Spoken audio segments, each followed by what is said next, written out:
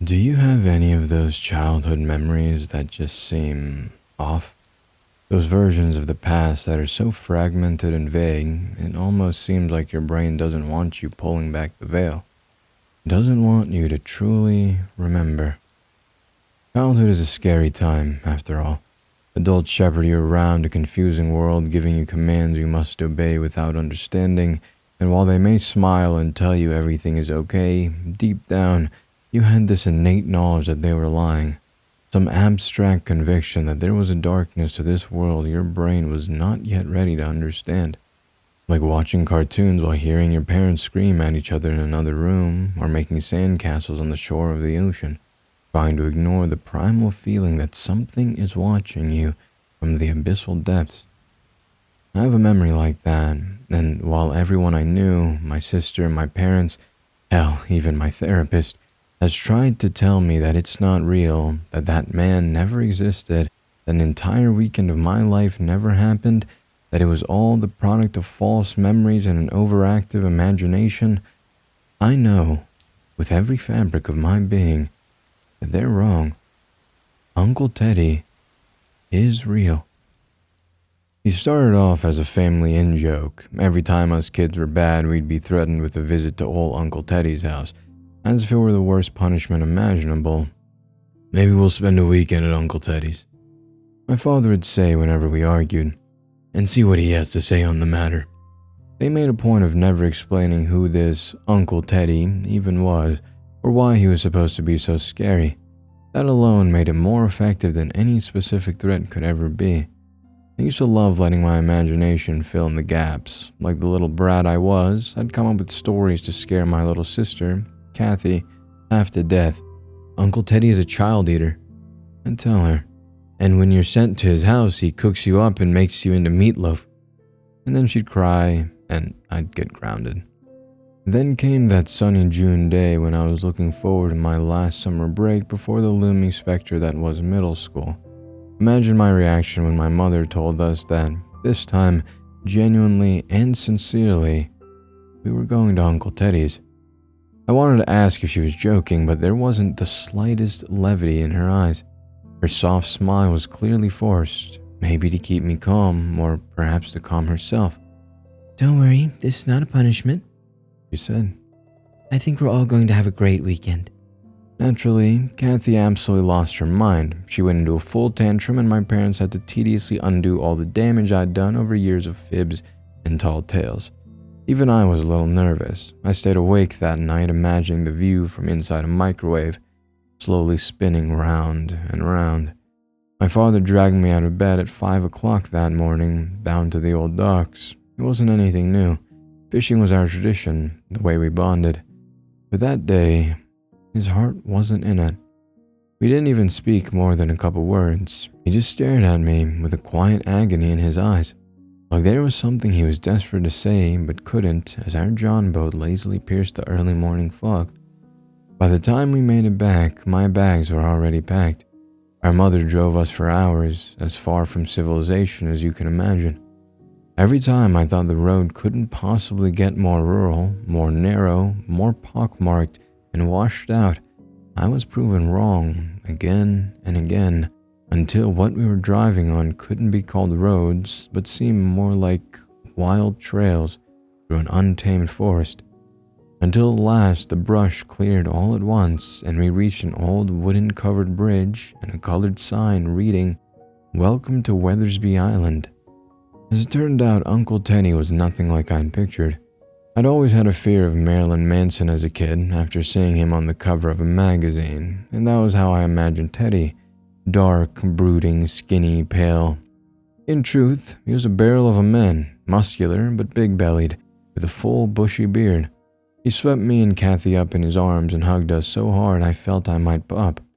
"Your folks have told me so much about you kids," he said with a big grin, "including a rumor about a certain fondness for chocolate chip cookies. I hope it's true because I've got a batch hot out of the oven." I loved my first full day in Weathersby. It was like the platonic ideal of small-town Americana, like something I'd only ever seen in postcards and picture books. I was usually nervous around strange adults, but not here.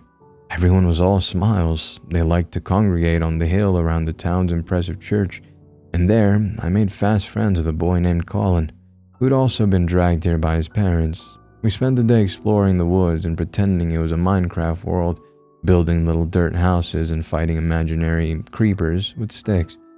Uncle Teddy's land was one of the rolling hills where the wind whispered through the longer grass like fingers brushing hair. It was a horse ranch, and his farmhouse was positioned just right to give us a constant view of the beauty of the herd. "Rule number 1 out here," he explained as he gave us the tour, "is to never go out at night. Heck, just stay all nice and cozy in your room whenever the sun is down, okay, bud?" "Why?" I asked. He paused. "Coyotes," he said. "They come out at night sometimes. They're not too bad or anything, but I just don't want you kids getting hurt, is all." Indeed, that night was the first time I noticed something strange about this town, but it was certainly no coyote. I was laying in my bedroom looking out at the horses in the field just behind the house. There were 10 mares to 1 stallion, whom Teddy liked to joke was the luckiest guy on earth, but something was off with him that night. All the others grazed, not noticing I was watching, but he was staring right at me, matching my gaze. I shuddered, as if I'd been caught doing something wrong. Something about it gave me goosebumps. How absolutely still he was, how even his tail didn't sway in the wind, the way both of those eyes faced me directly, their gaze boring into my soul. I could tell something was wrong about that, but my child brain couldn't figure out what. In the end, I just closed the curtains and willed myself to sleep. The next morning, I told Uncle Teddy about it, and he laughed. "That old boy? You must have been seeing things." He showed me to the stallion, who, in the daylight, looked like just a regular horse again, chomping on hay. "See how horses have their eyes on the sides of their heads? That's so they can see nasty wolves coming from any direction," he explained patiently. "To be looking right at you like that, they'd have to have been smack dab on the front of his face, like a predator. And this big boy isn't a predator, is he? He loves his carrots and oats." I giggled and agreed, and felt rather silly about the whole thing. Still, I kept my bedroom curtains closed every night from then on. After that, me and Colin set about the task kids were best at, completely wasting a summer's day. At some point that afternoon, he'd asked if I'd seen the town graveyard. I told him yes, of course. There was a modest one just down the hill from the church, a humble baker's dozen granite gravestones aligned in rows. He grinned. "No," he said smugly. "I meant the real graveyard." He led me far beyond the church, to the single point furthest from civilization on the tiny island. What waited there was like no graveyard I'd ever seen. What must have been hundreds of rudimentary markers made of sticks and antlers and mud, and all the basic components of the woods were interspersed between the trees without rhyme or reason.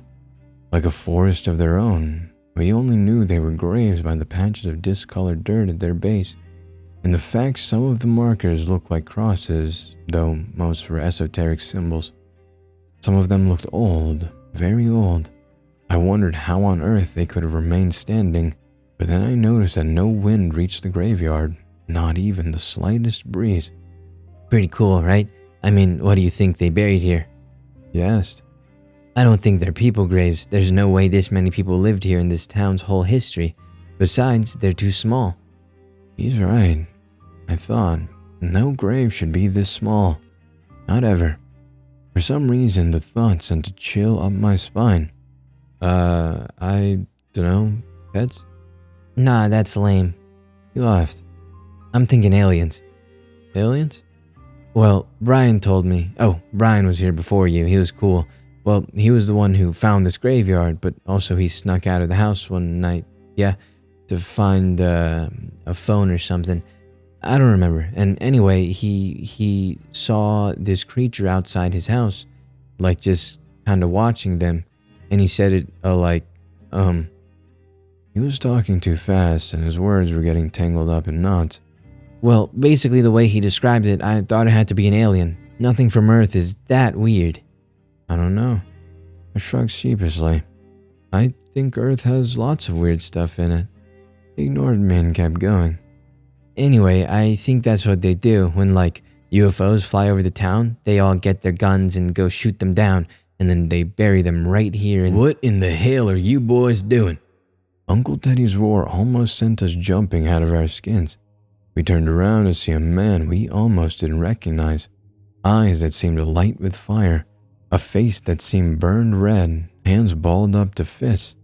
I'd never seen Teddy with anything less than a big, goofy grin. Now he looked about ready to strangle us. We're so sorry, Uncle. I want you to listen here, boy. I don't care who you are, nephew or not. I'll wring your neck out like a towel if I ever see you set foot here again. He was biting his lip, as if to quell a shouting fit. This here is sacred ground, boy. Sacred. Do you have any idea what that means? It was only a few minutes of begging and crying that his expression finally began to soften, like water being dumped on a raging fire. We swore in our immortal souls we would never even glance in the graveyard's direction again for as long as we lived. Thus, with a painful slap to the back of our heads and a promise to tell our parents, Teddy silently led us home. I was woken late that night by the sound of the church bells, the din of them like a whip cracking in my skull.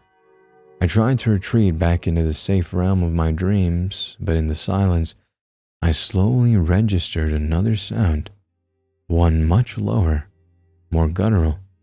I cracked my eyes open just enough to see the vague silhouette of something tall and heavyset just behind the curtain of the window. Faintly backlit by the pale moonlight, I could hear the snorting and breathing of a horse, but it sounded somehow sickly, as if it were struggling to push air around something stuck in its throat, something that shook and rattled against its vocal cords every time it tried to inhale. All I could do was cower under my blanket and convince myself it would protect me. I must have managed to sleep at some point, for in a moment, it was morning and the silhouette was gone.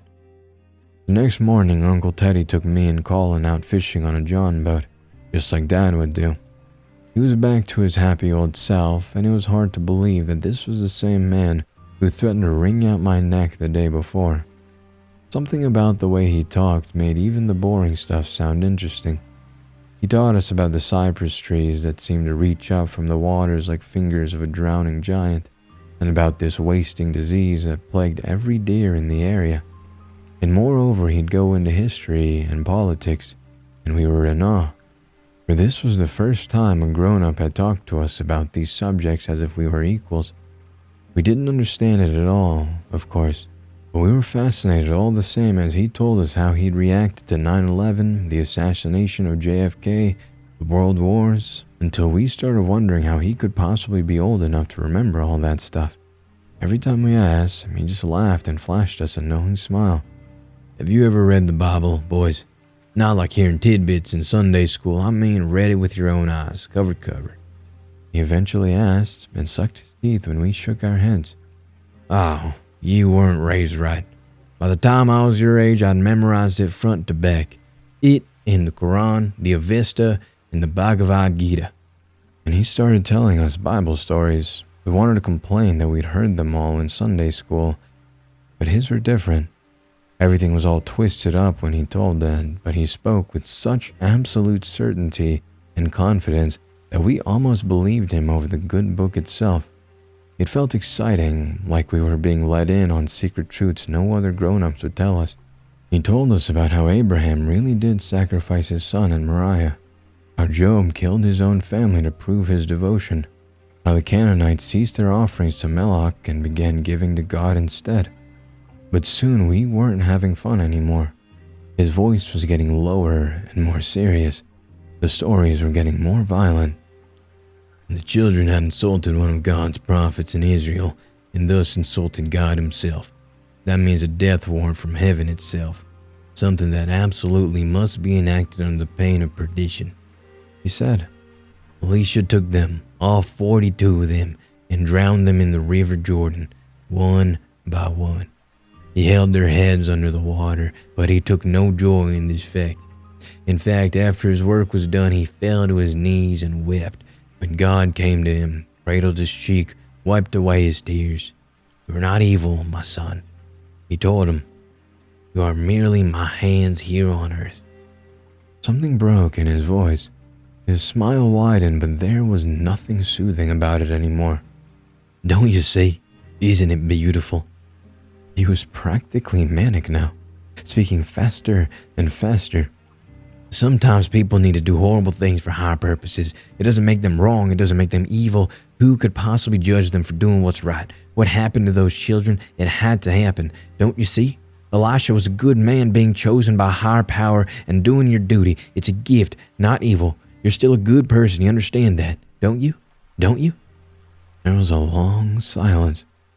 Uncle Teddy looked back and forth between us, eyes puffy as if ready to cry. He seemed to scour every inch of our expressions for what? I think it was a hint of understanding. A sign we agreed with him, as if we could thereby absolve him of his guilt, but it never came. A certain darkness filled his eyes, and he turned away with a sigh. Not quite disappointment, more like resignation. No, of course you don't. Uncle Teddy didn't speak another word the entire rest of the trip, just stared out into the waters until the boat shored itself all on its own. Afterwards, me and Colin went to lie together up on the hill, reading shapes into the clouds in some unspoken mutual agreement to forget what had just happened. Somehow, I drifted off to sleep upon that shaded hill, and when I awoke, Colin was gone and the sun was setting. I was out after curfew. I crept back to the dimly lit farmhouse, expecting a reprimand. I found a much stranger sight instead. On one side of the kitchen island, all facing away from me, was Colin, flanked by Teddy and a woman I believed was his mother. My mom was across from them, facing me, and while she wasn't actively crying, her eyes looked red and raw. The atmosphere felt heavy, like this was something I wasn't supposed to see. So I retreated to my room and tried to distract myself. A few hours later, I heard the town's old church bells ringing through the night. I never saw Colin again after that, and no one even mentioned him. I told myself he just went home, but I never felt sure. The next morning, the first clouds hovered over Weathersby, the gray, monstrous type that rumbled like an approaching army, all looming blasphemies disgracing a sky that was supposed to be perfect and blue. The atmosphere of the town changed with it. Nobody was smiling anymore. The locals watched me from their windows and porches with faces of stone, whispering to each other. It felt like everyone was in on some big conspiracy of which only I had been excluded. Mom tried her best to act as though everything were okay, but every smile was a little faker than the last, and the way she threw herself into cooking and housework seemed increasingly desperate, as if she were trying to distract herself. I told her I wasn't having fun anymore, begged to go back home, but she only stared at me, the exact same way my father had on that foggy morning. Everything's going to be okay, baby. She laid a hand on my shoulder. Why don't you go play with the other kids? Surely that will make you feel better. But they were all going through the same thing I was. I noticed there were fewer kids congregating on the hill around the church than I remembered from my first day. That was because, they explained, a number of them had gone home over the past couple nights, our hopeful euphemism for disappeared. I learned, also, that every single one of us had been dragged there by our parents, supposedly to visit extended family. Despite the wealth of middle-aged married couples, not a single kid in all of Weathersby was a local. I never saw a trace of Teddy all day. Well, I think I didn't. Once I was looking wistfully out into the forest down the hill, and I imagined that I could just start running and swimming and get far away from this place, and I saw something. Something that prowled the bushes on all fours, nose to the ground, as if tracing the scent of prey. Must be a coyote, I thought, just from the shape of it in the blurry distance. But there was something about the brief glimpses of its fur, thick and curly and muddy brown, that reminded me of the strands of Teddy's bushy beard. And for the rest of the day, lingering in the back of my mind, was the mental image of him crawling on his hands and knees, stalking the wilderness like an animal. Later, I passed by the horse field on the way home and noticed them all look up to stare at me in almost perfect sync. It wasn't like the stallion had the first night, with that statuesque stillness and both blank, empty eyes angled directly at me in impossible ways. They were all regular horses beneath the sunlight, and yet I was still unnerved by how they looked at me, patiently, expectantly. It was all maddening, knowing something bad was about to happen, was happening, maybe unseen in the background, yet to have the day stretch out quietly, uneventfully, it made even the air seem thicker, harder to breathe. Every child has an innate sense like that, some ability to tell when darkness was looming in on the peripheries of their simple world, even if they couldn't understand it. I knew deep down that some terrible series of events had been set into motion, as irreversible and unstoppable as a runaway train, but I could not see its tracks. As the sun set, I sensed I did not have much longer left to wait. I'd prayed before, in a way, those rote sing-song prayers they made you memorize at Sunday school. But that night was the first I'd ever truly prayed to God. The storm rolled in. It was unlike any I'd ever experienced. The raindrops sounded like millions of fists slamming against the roof, trying to get in, and the blare of the wind sounded almost human, like a wailing of despair that peaked and troughed in pitch and volume but would never, ever end. The crash of thunder was like some cosmic blacksmith's hammer against the anvil of the earth, rattling the windows and leaving me shivering, veins pulsing with adrenaline. The house creaked and groaned all around me, as if it were about to come undone, be reduced to its constituent parts, and scattered like an ant's nest beneath the garden house. Almost worse than what I heard was what I didn't hear. The cacophony of the storm drowned all other sounds. I glanced to the window, wondering if the thing was once more standing just beyond that thin border. How there could be an entire herd of them, surrounding the house, crawling over the roof, searching for an entry point, those gasping, choking snorts concealed by the deluge. I sat in bed and strained my ears, listening, but would I be able to tell the difference between the pounding rain and the stomping of hooves? I sat awake all night staring at my window's curtain, analyzing it for any trace of the thing's silhouette, but there was no moon out tonight to backlight it. It could be pressing its face against the glass at that very moment, and I would have no way of knowing. Unless, of course, I pushed aside the curtain and looked. I crept forward. Every single step towards that curtain caused my heart to rise in my chest. Every moment I expected something to smash through the glass and grab me in a wicked claw. I watched that linen curtain slowly sway in the ambient breeze. Maybe there was nothing on the other side. Maybe I'd pull the curtain aside, see only darkness, and finally feel safe enough to sleep. All I had to do was move a bit of fabric. It would be easy. So why did it feel so impossible? I raised a hand, but it was trembling so fiercely, like a rabid animal I could not control. It inched closer and closer. Slowly, delicately, I grabbed one edge of the curtain. And then, a sound. Not outside the window, down the hall, right outside my bedroom. Footsteps stomping towards my door, like something nearing a full run. My heart felt like it jammed itself up in my throat. They found a way in, I thought. They used the window to distract me while they found a way in. I ran to barricade the door with a cupboard, but I was too late. The door slammed open hard enough to rattle the walls, and I shrunk before the mad creature staring at me from the darkness of the hall. Uncle Teddy. I could only barely recognize him. His shirt looked crusty and near solid with grime and effluence, like he'd accumulated a month's worth of filth in a single night. 2 eyes poked like burning coals out of a face caked with dirt and ash, his jet black hair and beard twisted and knotted and bedraggled and flowing out like a lion's mane. His smell was ungodly. He reminded me of a savage man from a primal area, astounded by the sight of fire. "Get your shoes on," he commanded in a tone that brooked no questioning.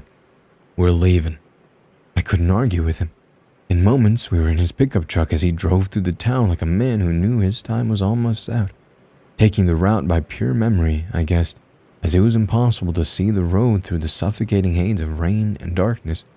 A bolt of lightning near enough to rattle my teeth pierced through the night, and for an instant, illuminating the Gothic, looming edifice of the town's church. He slammed the brakes, jumped out of the car, and dragged me brutally along by the wrist. This was my first time seeing the church from the inside, and I was baffled. There were no pulpits, no pews, only walls lined with shrines and fetishes and candles and statues of things that were no Christian figures I recognized, and a regal chair, almost throne-like, in the room's center. Teddy roughly shoved me into the seat. "Just sit here and don't move from this room, kid," he begged breathlessly. "Just trust me, okay? You can trust your old Uncle Teddy. I've done right by you, haven't I?" "Please, please don't make me stay here." Tears were rolling down my cheeks. "Why did you bring me here? I want to go home." The chair seemed equipped with some complex, elaborate set of restraints, but luckily he had no time to fiddle with them. He kept looking towards the door, like he was afraid someone might walk in. I tried to stand, but he grabbed me by the shoulder and forced me back down. "I don't have time for these, you selfish little brat. Why can't you just shut up and do one little thing for your uncle?" Stop it, you're hurting me." By now I was shouting, crying, squirming against his grip. His reaction came faster than my brain could register it. One hand grasped my throat, squeezing shut my windpipe, and suddenly in the other was the glint of a straight razor, slid from his sleeve with a magician's grace.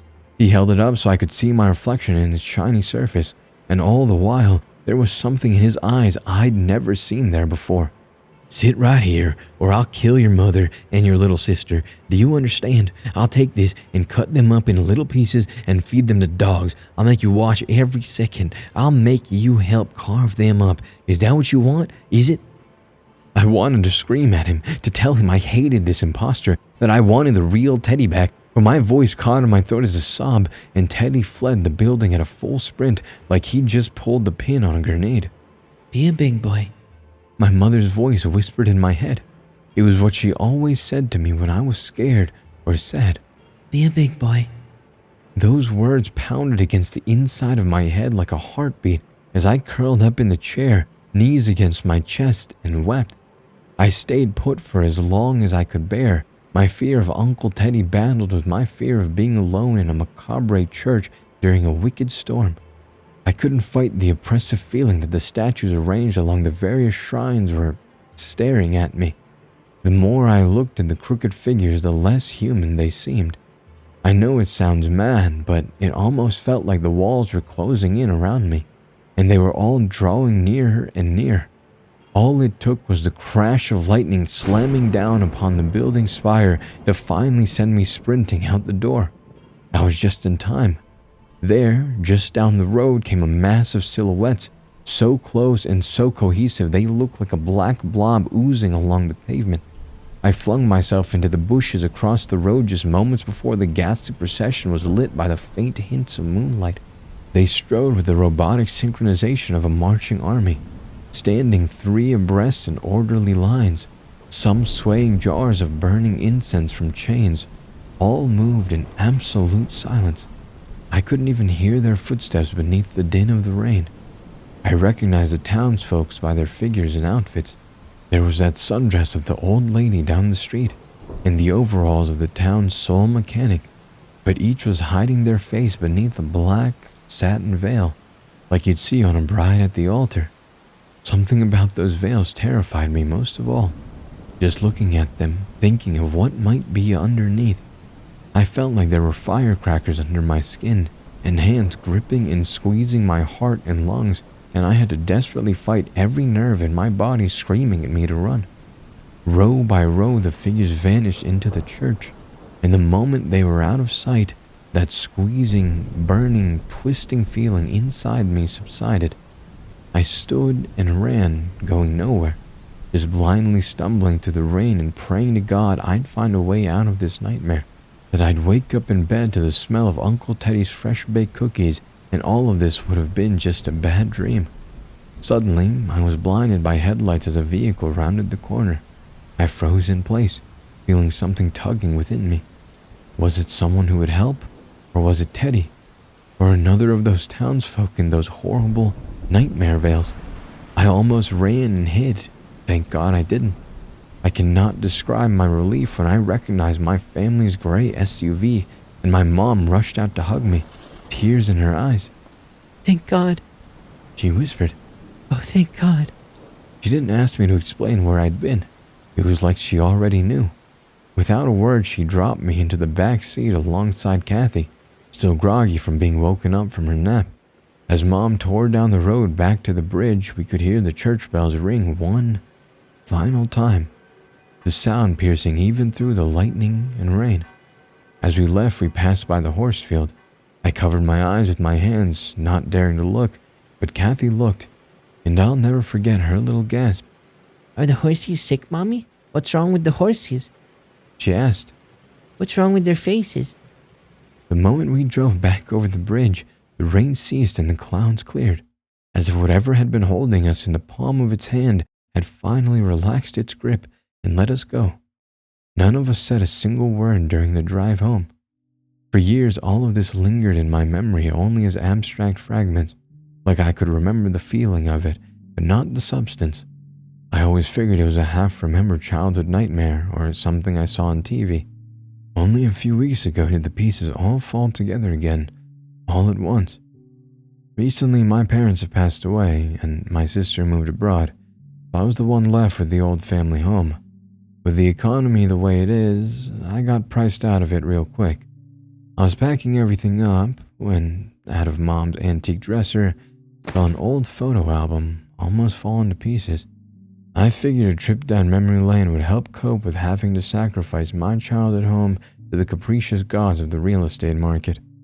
So I sat back and spent a few minutes giggling at old baby photos, booing at the vacations I'd forgotten we'd ever taken, and I froze, just as I was about to turn a page. Somehow, deep in my heart, I knew he would be there, waiting for me. My heart rose into my throat. Something deep in my gut screamed at me to throw the book into the fire. I don't know how I worked up the courage to flip the next page. My hand was shaking so much I almost tore the corner off. There waited a full-page photo of me and my family and friends posing together at some local arcade for my 15th birthday. This would have been years after our trip to Uncle Teddy's, and I couldn't find a single trace of him at a glance. For a single blissful moment, I convinced myself it'd been nothing, just my overactive imagination at it again. And then I saw him, way off to the right, barely visible through the darkness of the night. He'd been watching us from outside the window. All I could see was his head, as if it alone protruded from the inky blackness. He had his face pressed right against the glass, breath fogging the window. He had a big grin on his face, staring right into the camera, as if taking part in our group photo. And above those rows of yellow teeth were perfectly round eyes, brown and shifting like mud flowing in the rain around horizontal, rectangular pupils. And scene. That was a really good story. I think the suspense was built really well. I think that the story itself was really good. I like the plot. The only thing is, I wonder what it is. I wonder what happened. I wonder what was going on. The mystery is haunting me. I don't think there can ever be a sequel because the MC here is, he's an adult and done with it. But, I wonder what was happening. And I wonder what happened to Colin. What would happen if the people found you? What happened to all the kids that went missing? What was the burial ground? Probably where all the kids went missing. But, more about the island or whatever it was, town, place, small town, whatever. So curious about that. Maybe we'll see another story from the author that delves more into this. Who knows? So we'll see how that goes. But thank you all for listening. And yeah, I guess that's it. Thank you all for listening. Make sure you like, subscribe, all of that good stuff. I will see you in the next one or talk to you in the next one. Much love, peace, ego, volt, anima, vestra.